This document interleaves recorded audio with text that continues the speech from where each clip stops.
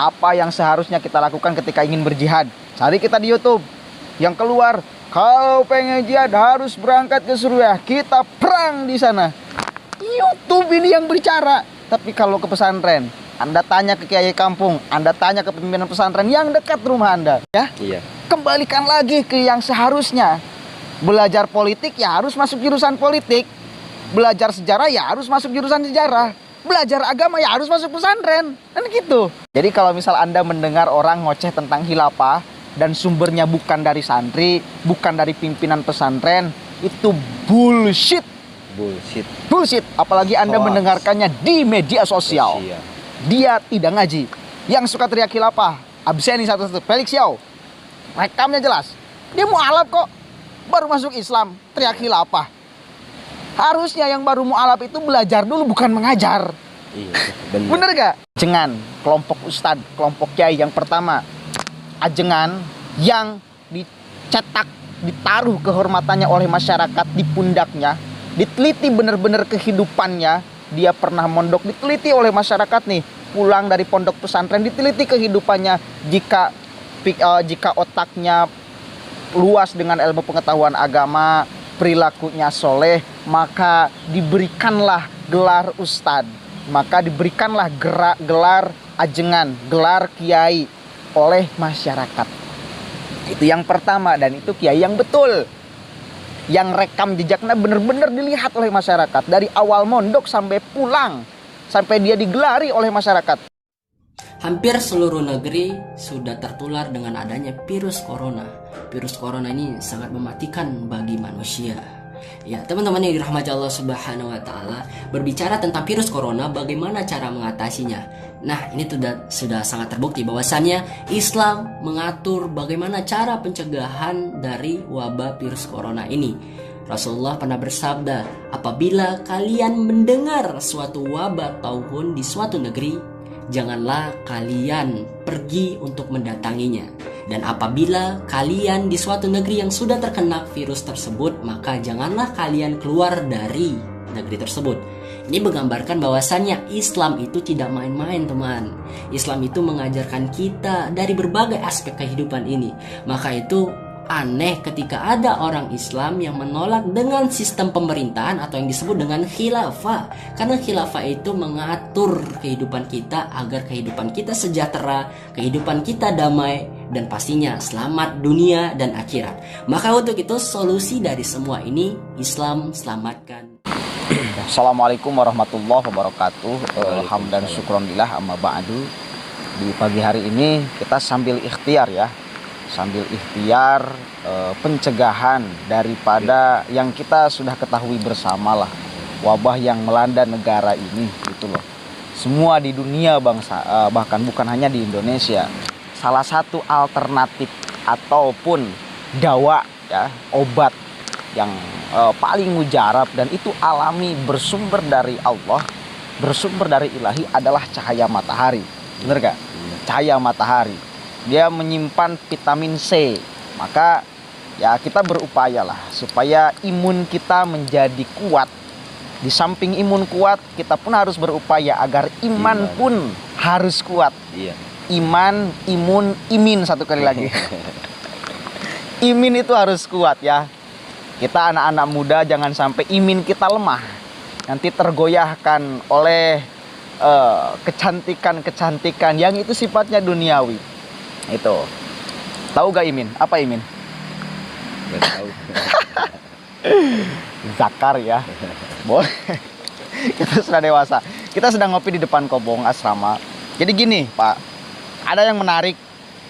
Itu isu di Facebook cukup viral. Itu ada satu orang yang mempropaganda, melakukan sebuah provokasi ya, bahwa sudah seharusnya hari ini ketika sedang terjadi ketidakseimbangan ya, mungkin ketidakseimbangan karena tidak biasa Pak Kevin, ada wabah yang melanda seluruh dunia, maka solusinya satu, itu khilafah. Dia mencatut nama Gus Solah ya. Beliau katanya pernah gitu, melakukan ucapan, melakukan sebuah keinginan bahwa harus tegak di NKRI. Padahal itu hoax, ya. Padahal itu hoax, sangat hoax. Bahkan ada statement Gus Solah yang mengatakan di negara Indonesia, di negara demokrasi, tidak perlu ditegakkan khilafah karena itu bakal menjadi perpecahan antara suku, agama, dan budaya.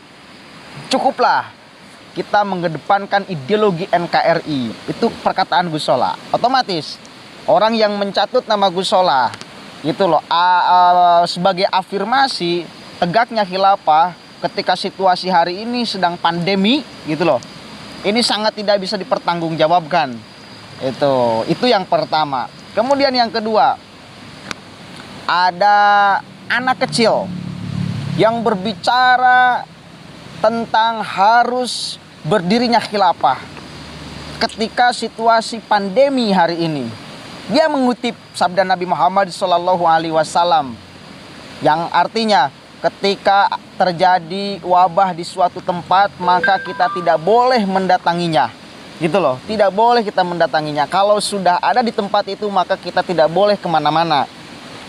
Itu dia mengutip sabda Nabi Muhammad itu bahwa katanya, dan memang iya, bahwa Islam itu mengatur semuanya. Memang iya, Islam itu bukan main-main. Ya memang bukan main-main, cuma Anda mempermainkan Islam. Kenapa kemudian menafsirkan hadis itu sebagai upaya penegakan khilafah di negara Indonesia yang jelas kemajmukannya ini? Gitu loh. Hadis itu benar, tapi ketika Anda menafsirkan hadis itu sebagai harus berdirinya tegaknya khilafah, ketika ada sebuah persoalan, ini menjadi keliru pada akhirnya.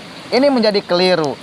Ini kan gini, kalau misal gini Pak Kevin, kalau misal hadis itu diterapkan oleh orang yang bukan Islam, oke, misal Cina menerapkan sistem lockdown. Lockdown itu kan tidak boleh kemana-mana. Orang yang sudah ada di negara itu yang sudah terjadi wabah besar-besaran tidak boleh kemana-mana. Secara makna, secara esensial dia sedang melakukan atau mengerjakan sabda Nabi Muhammad. Apakah dia pun termasuk umat Nabi Muhammad? Kan enggak. Itu kan enggak. Artinya logikanya ini ngawur. Ini logikanya berantakan. Ya selalu saya katakan dan tidak akan pernah saya bosan mengatakan hal ini. Orang yang selalu menggembar-gemborkan khilafah adalah orang yang, mohon maaf, tidak pernah belajar secara otentik di tempat pelajaran agama yang semestinya, yaitu di pesantren. Ya, di pesantren saya yakin tuh. Karena kenapa? Karena saya dari mulai MTS sampai kemarin kuliah, lulus kuliah, hari ini sudah lulus, masih saya di pesantren, belum pernah ada guru ngaji saya, guru di pesantren saya meneriakan misal harus tegaknya khilafah. Belum pernah tuh. Bahkan malam nih Pak Kevin, kita kan baru mendengar malam. Ketika saya sudah tahu pimpinan pesantren bahwa saya suka bermain di YouTube. Saya disindir tuh di ruang pengajian itu, saya disindir habis-habisan, dibully habis-habisan. Katanya ilmu itu untuk amal. Ilmu itu bukan untuk hanya dibicarakan kepada orang lain. Bagaimana pimpinan pesantren, orang yang betul di pesantren, seorang kiai yang ditaruh kehormatannya oleh masyarakat, bukan membranding dirinya agar diberikan kehormatan oleh masyarakat, itu sangat waspada terhadap ilmu agama. Ada salah seorang santri yang mau live streaming, live streaming. Di sini, Pak, malam kan kita suka ngaji hikam nih. Mohon maaf, Manawi bisa di streaming biar orang-orang lain pada ikut ngaji. Simple jawaban pimpinan pesantren di kita di Darul Huda Maleber Ciamis mengatakan ilmu itu mahal. Mahal. Bahkan di dalam kitab Ta'limul Muta'alim boleh disebutkan Pak Kevin. Malam ketika Bapak mengeluarkan statement tidak boleh sembarangan, bagaimana ucapan Bapak itu? Tidak boleh mengeluarkan ilmu terhadap sosmed atau sosial media yang secara langsung. Kalau pengen ilmu tersebut bisa diterima, datang aja ke pesantren. Gitu Datang kata aja ke pimpinan. pesantren. Kalau pengen ilmu datang ke pesantren. Datang ke pesantren. Kenapa? Karena ilmu pengetahuan agama itu mengandalkan aspek spiritual agar bagaimana mendapatkan keberkahan. Iya. Kan gitu, di pesantren itu supaya mendapatkan keberkahan.